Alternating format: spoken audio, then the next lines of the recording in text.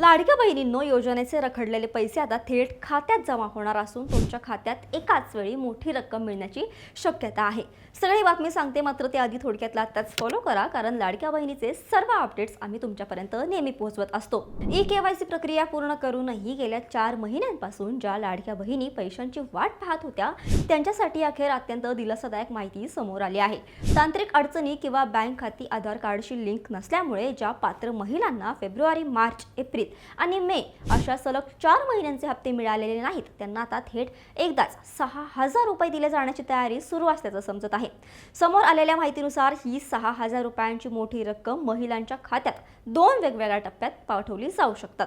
पहिल्या टप्प्यामध्ये फेब्रुवारी आणि मार्च महिन्याचे मिळून एकूण 3,000 रुपये आणि त्यानंतर लगेचच दुसऱ्या टप्प्यामध्ये एप्रिल आणि मे महिन्याचे उर्वरित 3,000 रुपये खात्यात पाठवले जातील. दुसरीकडे ई-केवायसी न केल्यामुळे किंवा त्यात काही त्रुटी असल्यामुळे राज्यभरातील तब्बल 80 लाख महिलांची नावे लाभार्थी यादीतून थेट काढून टाकण्यात आली आहेत. पात्र महिलांना 2 टप्प्यात 6,000 रुपये दिले जाणार असल्याची चर्चा प्रशासकीय स्तरावर सुरू असली तरी राज्य सरकारने यावर अद्याप कोणतीही अधिकृत लेखणी घोषणा केलेली नाही.